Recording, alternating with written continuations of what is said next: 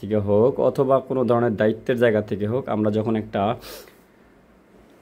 ডিভাইসকে access করতে চাই, কিভাবে কি ধরনের ডাটা সে আমাদেরকে শো করাচ্ছে, বাট কি ওয়েতে এটা ব্যবহার করতে হয়, এটা অনেক অনেক নতুন লোক জানে না। তো আমাকে যিনি আজকে এই ভিডিওটার জন্য উৎসাহিত করতেছেন এবং যিনি এই ভিডিওটার জন্যে মানে কি বলবো, যে এইটার আসলে মূলত এইটার দাবিদার, সেই ভিডিওটা তাকে দেওয়ার একটাই কারণ, সেটা হলো যে আমরা তাকে বেসিক থেকে শেখাবো। কারণ আমি জানি তার কাজ দেখে আমার যতটুকু মনে হয়েছে, তিনি একজন বাংলাদেশি এবং তিনি কি করতেছেন, এই ভিডিওর মাধ্যমে তিনি তার ইলেকট্রনিক্স ক্যারিয়ারে ইনভার্টার অথবা ভিএফডির মতো একটা ডিভাইসকে অ্যাড করতে যাচ্ছেন। কারণ তিনি তার যেই এক্সপেরিমেন্ট বা এক্সপিরিয়েন্স, এর মাধ্যমে সে আমাকে এই জিনিসটা প্রকাশ করছেন। আমি শিওর তিনি ইনভার্টারের বিরুদ্ধে বা ইনভার্টারের বিপক্ষে অনেকটা দুর্বল। ওকে, সো এই ভিডিওতে তাকে ইনভার্টারের সর্বোচ্চ बिगिनर होता है, माने बिगिनर के जो काम होता है वो आपको मिलेगा। ओके, ठीक है। आपको ये क्या करना चाहिए, आपको एक इन्वर्टर से के साथ একটা ইনভার্টারের সাথে আপনাকে পরিচিত করার জন্য ইলেকট্রনিক্স পার্টটা খুবই জরুরি এই ভিডিওর। কারণ এই ভিডিওতে আমরা বেসিক লেভেলের একটা কাজ দেখাবো, যার মাধ্যমে আমরা আপনার ইনভার্টারকে ফাইন্ড আউট করব উইদাউট ব্র্যান্ড। ওকে, আমরা আপনাকে যে কোনো ব্র্যান্ডের জন্যে এই ভিডিওটা উৎসর্গ এবং এই ভিডিওটা শেয়ার করতেছি। কারণ আপনি চাচ্ছেন একটি ব্র্যান্ডের কাজ করতে, দেন আমি আপনাকে সবগুলো ব্র্যান্ড সম্পর্কে ধারণা দিব এবং এই ভিডিওটা ইউটিউবেও যদি আপলোড হয় ফ্রি দেওয়ার জন্য। এগুলো কোর্সের সাথে অ্যাড আছে স্টেপ বাই স্টেপ এবং high clean HD 4K video টাইপে। সো ওই প্লেলিস্টটা অবশ্যই আপনাকে যেহেতু দেওয়া যাচ্ছে না, অথবা আপনি যে কোর্সের স্টুডেন্ট না, সেখান থেকে আলাদা করে আপনাকে এই ভিডিওটা দেওয়া, যাতে সবার উদ্দেশ্যে সবার জন্য সুযোগ হয় ভিডিওটা বোঝার। আমি বিভিন্ন সময় দেখি ইনভার্টারের অনেক এক্সপার্ট ইলেকট্রনিক্সের কাজ সে বলতেছে জানে, অথবা সে রিপেয়ারও করতেছে, লেকিন কিন্তু সে কী করতেছে, সে সমস্যায় পড়তেছে একটা জায়গায়, যখন আমরা তাকে একটা ভাষা বলতেছি যে আপনি এই পার্টটাকে চেঞ্জ করেন অথবা এই পার্টটাকে নিয়ে কাজ করা শুরু করেন এবং এইভাবে পরিমাপ করেন, সে সেইখানে কি করতেছে, সে আমার ভাষাটা বুঝতেছে না। লাইক ইংরেজি অথবা বাংলা এগুলো যেমন একটা ভাষা, সো রিপেয়ারিংয়ের ক্ষেত্রে এক্সপিরিয়েন্স অথবা রিপেয়ারিংয়ের যে অভিজ্ঞ যারা থাকবে বা ইলেকট্রনিক্সের বাইরে যারা কি বলবো, যারা প্রোডাক্টে ইনক্লুডিং হবে, তারা এই ভাষাগুলোকে অবশ্যই মাথা রাখা প্রয়োজনীয় হবে। কারণ এই ভাষাগুলো মূলত এই ডিপার্টমেন্টের মাধ্যমেই উঠে আসে এবং যেটা হলো এই ডিপার্টমেন্টের মাধ্যমেই পরিচিতি পায়। ওকে, সো ভিডিওটা বেশি লম্বা হলেও আপনারা দেখে নেবেন, কারণ এই ভিডিওর মাধ্যমেই আমরা সেই জিনিসটা দেখাবো, যার মাধ্যমে আপনি গতকালকের ইলেকট্রনিক্সের থেকে আজকে ইনভার্টারের রিপেয়ারিংয়ের শুরুর ধাপটা শুরু করতে পারবেন। সো এইটাকে বলা হচ্ছে ইনভার্টারের IGBT। একটা ইনভার্টার মূলত ইলেকট্রনিক্স ওয়েতে ব্যবহার হয়ে সে এসি ভোল্টেজকে ইনপুট করার পরে সে যার মাধ্যমে তার মূল শক্তি এবং যার নামে তাকে ব্যবহার করা হচ্ছে, যার মাধ্যমে তাকে ব্রেন দেওয়া হচ্ছে একটা আলাদা কৌশল, এবং যার জন্য মূলত সে এত পপুলারিটি পেয়েছে ইন্ডাস্ট্রিয়াল ইন্ডাকশন মোটরের ভিতরে, সে হলো IGBT। সো IGBTকে সিঙ্গেল ফেজ অথবা ইলেকট্রনিক সার্কিটে আমরা অনেক আগে থেকে ব্যবহার করি, বাট এই ভিডিওতে যেটা হবে 3 ফেজে কীভাবে IGBT ব্যবহার করা হয় উইথ মডিউল টাইপ। ওকে, কারণ IGBT শুধুমাত্র ইলেকট্রনিক্স কাজ যারা করবেন তারা অ্যাভেলেবেল চিনে থাকবেন, কিন্তু যখন এই IGBT একটা মডিউলে রূপান্তর হয় এবং সেইটাকে যখন একটা চ্যানেলের মাধ্যমে কি করা হয়, বিক্রি করা হয়, অথবা একটা ওয়েতে একটা জায়গায় একটা কম্পোনেন্ট লাগানো হয়, সেটা হলো IGBT। সো এটা বড় করে বলা হোক কারণ হলো, বললাম না যে একদম সহজ যারা বুঝে না তাদের জন্য। ধরো এইটা একটা IGBT। ওকে, এটার ভিতরে কি আছে, এইটার ভিতরে আছে এসিকে ডিসি এবং ডিসিকে এসি করার মতো কি উৎস, তবে একে পরিচালনা করতে হয়। ওকে, একে পরিচালনা যদি করা যায় তবে সে এই প্রথম এসি রিসিভ করে সেটাকে ডিসি করতে পারে এবং ডিসি থেকে আবার সে এসি করতে পারে। This is a IGBT or this is a BFD or this is a electronics main component in VFD. Okay, or not a BFD। এইটা হলো ইন্ডাস্ট্রিয়াল ড্রাইভারের জন্য খুব বেশি পপুলার একটা কম্পোনেন্ট। লাইক আপনি যেমন ইলেকট্রনিক্সে আসলে রেজিস্টরকে চিনেন, ঠিক ক্যাপাসিটরকে চিনেন। এর বিপরীতে যদি আপনি ইন্ডাস্ট্রিয়াল কম্পোনেন্ট বা ইন্ডাস্ট্রিয়াল ইলেকট্রনিক্স, পাওয়ার ইলেকট্রনিক্সে আসেন, তবে আপনি এই আইজিবিটিকে এর থেকেও বেশি ব্যবহার অথবা পরিচিত হয়ে থাকবেন এর সাথে। ওকে, তো এর কাজ কি বললাম আমরা? এর কাজ হলো সে এসিকে ডিসি করে এবং ডিসিকে আবার এসি করে আমার মোটরের কাছে পৌঁছে দেয় আউটপুটের মাধ্যমে। তারা মানে হলো এর কাছে কি আছে? ইনপুট এবং আউটপুট। ওকে, এর ভিতরে কি কম্পোনেন্ট আছে সেটা আমরা আলোচনা করি। এর ভিতরে আছে 6টা আইজিবিটি অথবা ট্রানজিস্টর প্লেন, যা মূলত চিপ টাইপের। ওকে, আর দ্বিতীয় নাম্বারে আছে এর ভিতরে 6টা ডায়োড, যাকে 5 পিনের কনভার্টার বলা হচ্ছে, এসিকে ডিসি করার মতো কি শক্তি উৎপন্ন করতে পারে। দেন তৃতীয় নাম্বারে যেটা আছে সেটা হলো এইখানে আছে একটি থার্মোস্টার, যার মাধ্যমে এর পরিমাপ সার্কিটের কাছে পাঠাইতে পারে, যা মেমোরি রিসিভ করে ইনভার্টার আমাদেরকে ডিজিটাল ভাষায় শো করে থাকে।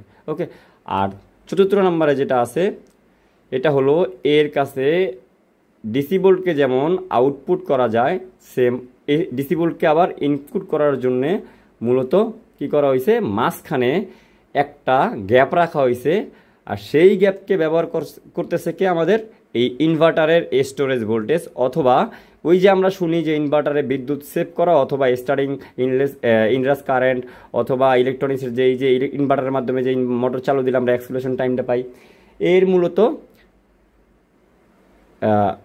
ধারাবাহিকতা অথবা যেটা বলি সেইটার যে মূল জবটা সেইটা। আর তৃতীয় আরও একটা যে অপশন আছে সেটা হলো এর কারণেই মূলত ইনভার্টার যেটা আমাদেরকে করতে পারে সেটা হলো প্রপার ভোল্টেজ ডেলিভারি করতে পারে, এবং এর মাধ্যমে আমাদেরকে পিওর ডিসি ভোল্টেজ আউটপুট দিয়ে থাকে। যেহেতু এই মডিউলটা একটা কি এসি টু ডিসি একটা মডিউল, অথবা আমরা আইজিবিটি যেটাকে বলি। সো এইটা মূলত এইখানে যেটা হয়, ফিল্টারিং করা, ডিসিকে ফিল্টারিং করা, ডিসিকে স্টোরেজ করা, এরকম কোনো জায়গা নেই। সো এটা আপনারা চিনলেন। এবং এইটার থেকেও আরও গুরুত্বপূর্ণ হলো এটা কতগুলো টাইপের আছে এবং এটা ডাটা শিট বোঝা। যেমন এই মডিউলটা সবচাইতে বেশি পরিচিত, এটা হলো বিএসএম কোম্পানির একটা 20 GP60। এটা হলো বিএসএম কোম্পানি বলতে এখানে ইকোনো পিআইএম, এই যে দেখতেছি আমরা কোম্পানির নাম, আর এটা হলো এটা পিএম, মানে এটা হলো গিয়া মূলত আইপিএম বলি না আমরা, ওই আইপিএমটা সেম এই কোম্পানি বানাচ্ছে এবং ওই নামে পরিচিতিটা বেশি পাচ্ছে। সো এখানে 20 এম্পিয়ার বলা হচ্ছে। এই যে 20 মিনিং দেখতেছেন না, এই 20 মিনিং মানে হলো এটা একটা 20 এম্পিয়ারের কি মডিউল, যার রেকটিফায়ার এম্পিয়ারও সেম এবং আইজিবিটি এম্পিয়ারও সেম। তার মানে এটা ছোট্ট একটা ড্রাইভে লাগানো হয়, সেটা হতে পারে ম্যাক্সিমাম লোড 5 এম্পিয়ার থেকে 6 এম্পিয়ার, ধরেন 1.5 কিলোওয়াট। সো এইখানে এক থেকে ধরেন 50টা পিন আছে, কিন্তু সেম জিনিসটা যখন এইখানে দেখবেন, একই জিনিস, একই জব, একই প্রোডাক্ট, জাস্ট তার চেহারা আলাদা, এইটা আলাদাভাবে কাজ করতেছে। সো এইখানে আপনি কনফিউজ হয়ে যাচ্ছেন, তাই তো? তবে এটা কনফিউজ হওয়ার কিছু নাই। আপনি এই ভিডিওটা পুরোপুরি দেখলে আমরা বুঝিয়ে দিব কিভাবে আমরা একটা ইনভার্টারের প্রথম স্টেপ পার করি। প্রথম 10 মিনিটে আপনি যেটা শিখলেন এই আইজিবিটি, এরকম করে আমরা এখন ইজি অনেক ওয়েতে আপনাকে এটা বোঝানোর চেষ্টা করব। দেখেন, এইটা হলো একটা ইনভার্টার যার মূলত single phase input, 3 phase output বা 220। তার মানে হলো এ কী করে, প্রথমে 220 ভোল্ট 1 ফেজ আর নিউট্রালকে নিয়ে সে 3 ফেজ 100 ভোল্ট আউটপুট করে। তার মানে 3 ফেজ 100 ভোল্ট এর যেই পরিমাপ, এতে আমরা 3 ফেজ 220 ভোল্টেজ পাচ্ছি। আর সিঙ্গেল ফেজ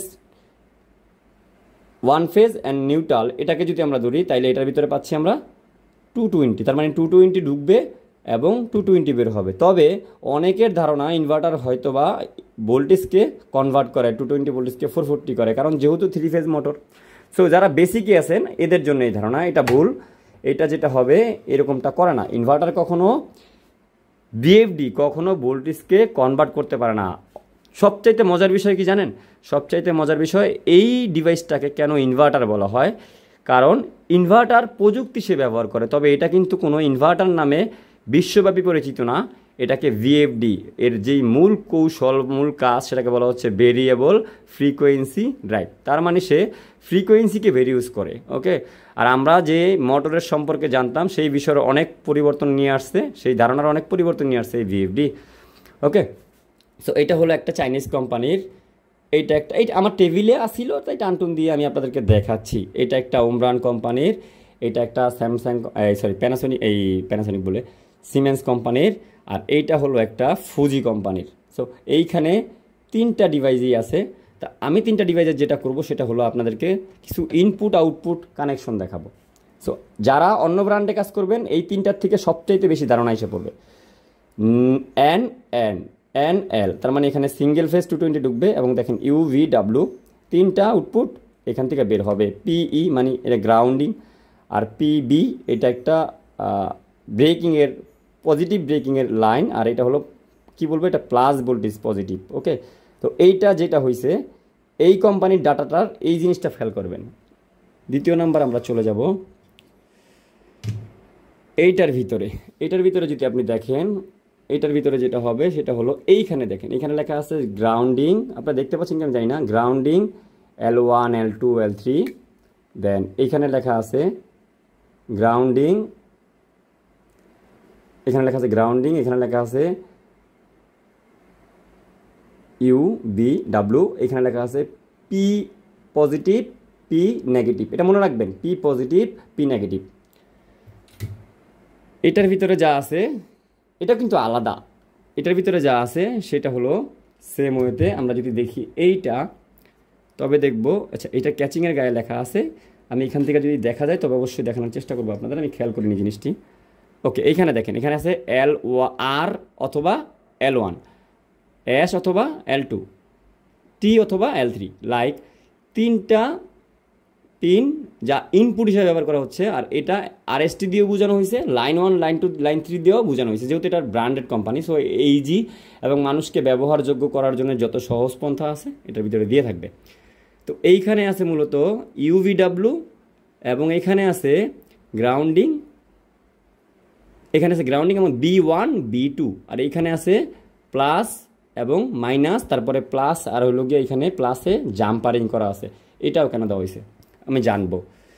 এইটার ভিতরেও সেম ওয়েতে দেখেন আপনি লেখা আছে LO L3 L2 L1, এবং লেখা আছে N অথবা কি L NL, তার মানে ইনভার্টারটা যদি নেম প্লেট দেখি সেটাও কিন্তু আমাদের 220 ভোল্টের, দেখেন এখানে 220 240 ভোল্ট লেখা আছে। ওকে, সো এইটাই আমরা সিঙ্গেল ফেজ কীভাবে ঢুকাবো, এখানে আপনাকে যেহেতু সিমেন্স কোম্পানি আপনাকে বলে দিছে L1 L2 L3, মানে 3 ফেজ যদি 220 ঢুকান 3টা পিন দিয়ে ঢুকাবেন, আর যদি আপনি সিঙ্গেল ফেজ 220 ঢুকান তাহলে N এবং L দিয়ে ঢুকাবেন।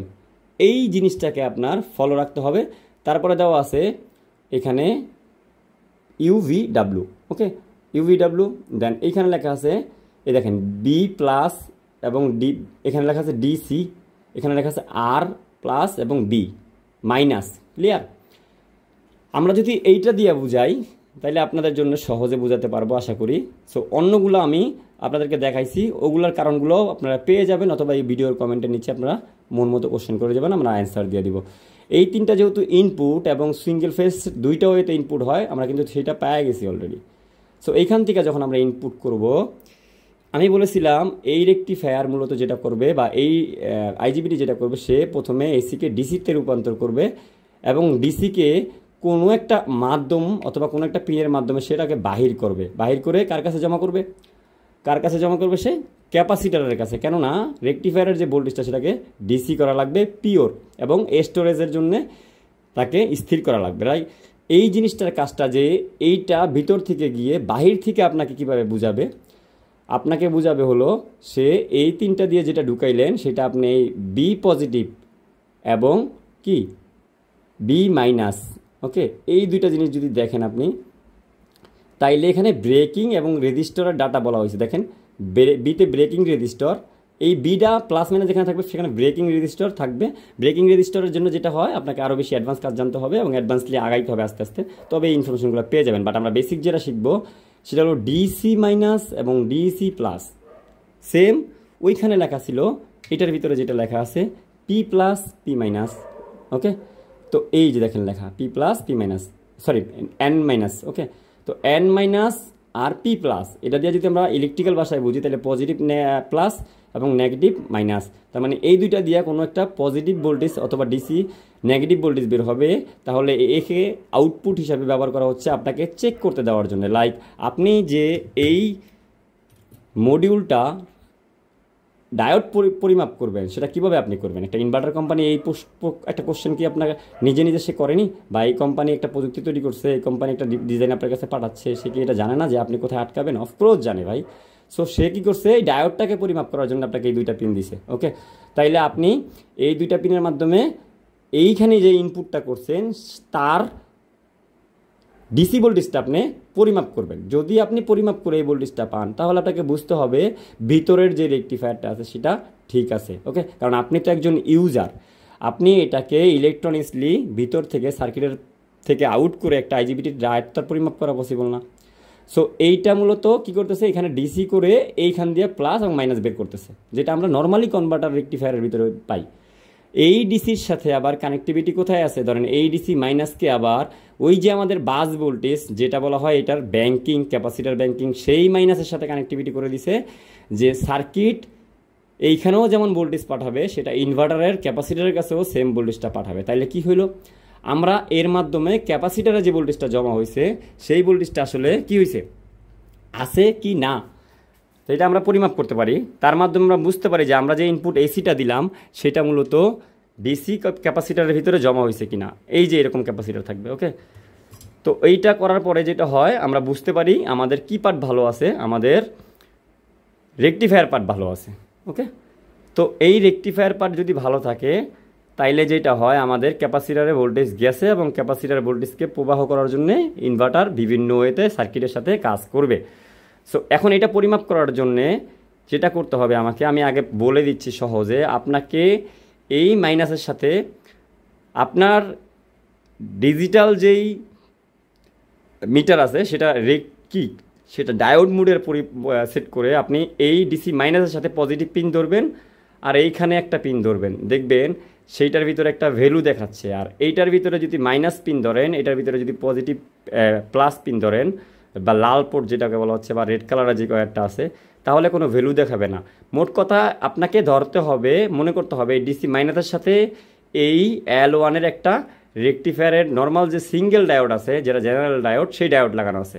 সো সেই ডায়োডটার যদি আউটপুট সাইড এই মাইনাস পিন এইখানে লাগানো হয় তাহলে আপনাকে চিন্তা করতে হবে যে ভিতর থেকে ডায়োডটাকে কীভাবে মাপ দিতে হয়। ডায়োড যদি এখানে লম্বা একটা ডায়োড লাগাই দেই, নর্মাল জেনারেল ডায়োড, এইখানের থেকে এইখানে নেগেটিভ আউটপুট মাপার জন্য এই ডায়োডকে আপনার কীভাবে চেষ্টা করতে হবে বা কীভাবে পরিমাপ করতে হয় এটা সবাই জানে যারা বেসিক কাজ করে।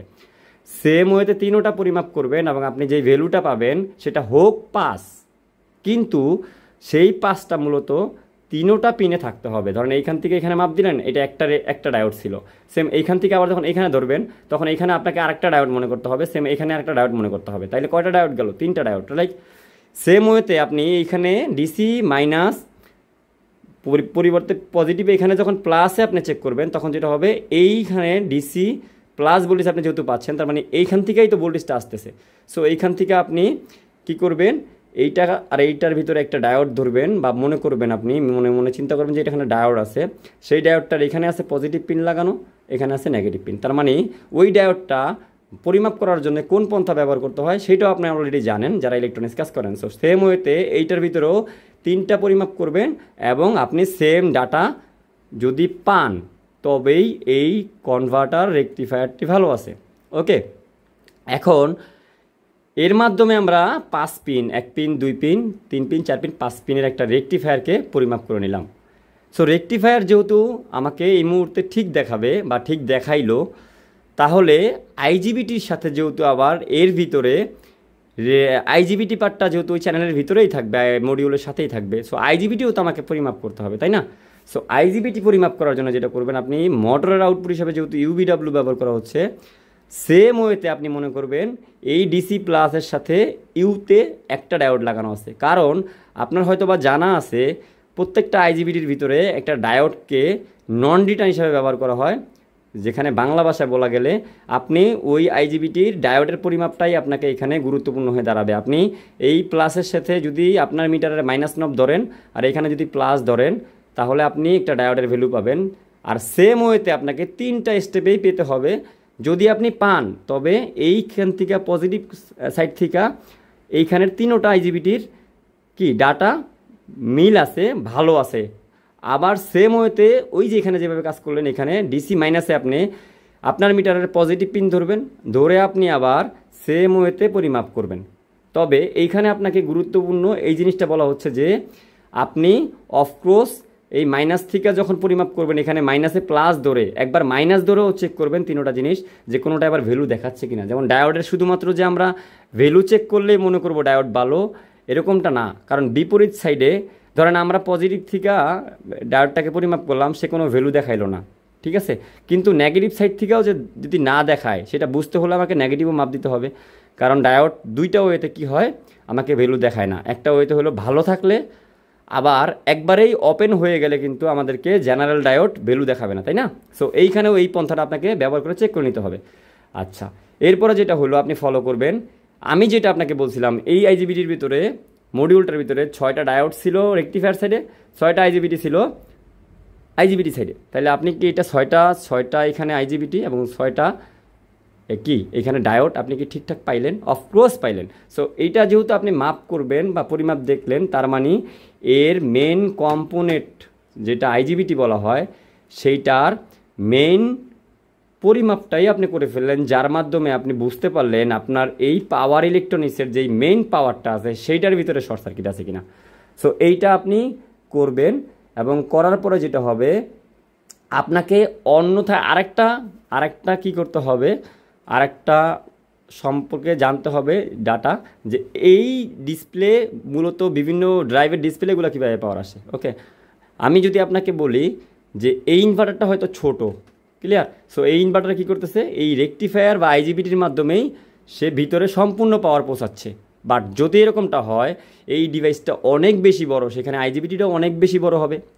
তো আইজিবিটিটা অনেক বেশি যখন বড় হবে, তখন ইনভার্টারের নিয়ম বা ইলেকট্রনিক্সের এই ডিভাইসগুলোর নিয়ম হলো, স্মার্ট ডিভাইসগুলোর সবসময় একে পাওয়ার দিয়ে রাখা। তবে মেইন যেই পার্ট, সেইখানে পাওয়ার দিয়ে না রাখাই ভালো। যেমন আমরা একটা কন্ট্রোলিং প্যানেলের যখন পাওয়ার বন্ধ করি, তার মানে হলো পাওয়ার বলতে যদি মোটর বন্ধ করি, সো মোটর কিন্তু পাওয়ার আমরা কাট করি, বাট কন্ট্রোলিং যে ম্যাগনেটিক কন্ট্যাক্ট, সেইটার লাইনটা কিন্তু আমরা কি করি না, একবারেই বন্ধ করে দিই না। আমরা জাস্ট সুইচটাকে বন্ধ করে ওই ম্যাগনেটিক কন্ট্যাক্টটাকে অফ করে দিই, তাই না?